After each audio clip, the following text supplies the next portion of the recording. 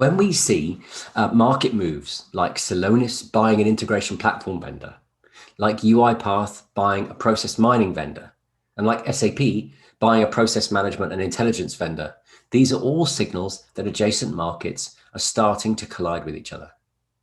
Now, over the past year in these videos, I've explored the theme of how intelligence and automation markets are converging a couple of times. And I want to talk about that again today. In a recent IDC study just completed a couple of weeks ago, we asked over 700 organizations about their technology investment intentions for the coming year. And 61% told us that they're placing a priority on increasing investment in business automation. And 55% told us they're placing a priority on increasing investment in analytics, AI, and machine learning to drive better operational visibility and decision making. Now, we're seeing, I think, a strong realization within businesses that post-COVID, intelligent use of automation is a tool that can help drive business resilience, as well as helping organizations trim costs and be more competitive in the face of demanding customer expectations. So whereas until now, we've seen lots and lots of fragmented adoption of automation technologies within and across different business functions, and this is across all industries and geographies, we're now starting to see a more strategic view unfold.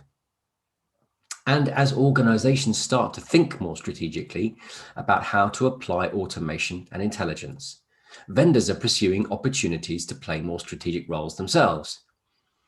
And particularly when funding is so readily available, and also when every technology vendor seems to want to pursue a platform-based business model in which they provide foundations and marketplaces on which other vendors add value, few vendors seem to be content to play narrow roles as specialist technology providers in this space.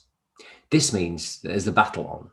The battle is to own market positions as orchestrators of ecosystems of AI and automation technologies. And there are a couple of distinct clusters of vendors playing here. The first is the business application providers. The most obvious examples here are SAP, Oracle, Salesforce, Microsoft, and ServiceNow. And the other cluster has more of an infrastructure starting point. This is quite a diverse group with quite different backgrounds, but includes vendors like UiPath, Appian, Celonis, IBM, Automation Anywhere, Blue Prism, and in specific domains, you find vendors like Genesys in the contact center space, for example. And of course, there's a third group here as well. Systems integrators and consultants are also really focused on playing this role of orchestrator. Obvious large examples include Capgemini, EY, Accenture, Deloitte, and there's also a host of smaller players in the mix too.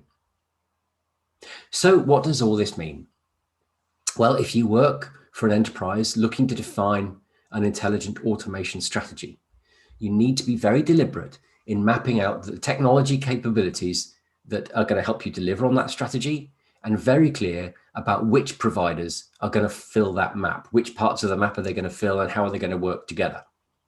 The ability to build a strategy around a small handful of core platform partners is really helpful for all but the most independently minded enterprises. But because there's a lot of diversity amongst the platform players and the platform wannabes, figuring these things out is not going to be easy. If you work for a vendor, unless you've got enormously deep pockets, it's very unlikely that you're going to be able to be credible and valuable everywhere. So you need to be very clear with customers and prospects and partners about where you're really focused on playing and where you're not. Pretending that the whole market looks like the use cases that you're really focused on and where you can really add value does nobody any favors. You also need to be prepared to promote an ecosystem of partners rather than just pretending you can do it all. Thanks very much for watching. As always, please let me know what you think. I love to hear feedback and to hear that people are actually watching these videos, which is awesome. If you like this, then please share, subscribe, and I will see you again soon. Take care, everyone. Cheers.